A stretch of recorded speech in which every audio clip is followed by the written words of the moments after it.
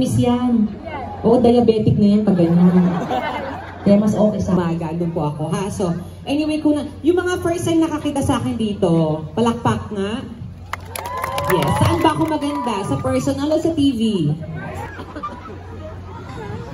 O, magpalakpakan nga sabi maganda ako sa TV. Maganda! Magpalakpakan na may kasama siguro nagsabi mas maganda ako sa personal.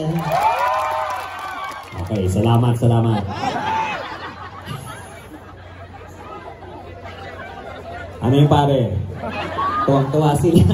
Anyway, magandang gabi sa inyo lahat. Hatid lang po namin ang kasiyahan sa inyo, of course. At mamaya po ang ating panauhing pandangan. Nako, napaka-husay. Nako, walang kupas po. Ayan, si Mr. David Pomeranz. So mamaya, but this time kami muna po makasama nyo, no? So, aawit lang po ako ng mga ilang awitin para sa inyong lahat. Okay lang ba yon? Sige, kakanta ko ng isang awitin para sa mga nagmamahalan na maghihiwalay din, no? Wala kasi yung forever naman. Alam naman yun, diba? Lalo na kami mga halamang dagat. Diyos ko, lahat binigay na namin. Diba? Motor, sasakyan. Pero iniiwan pa rin kami, no?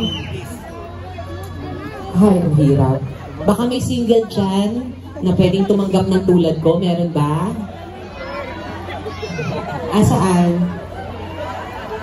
Yan?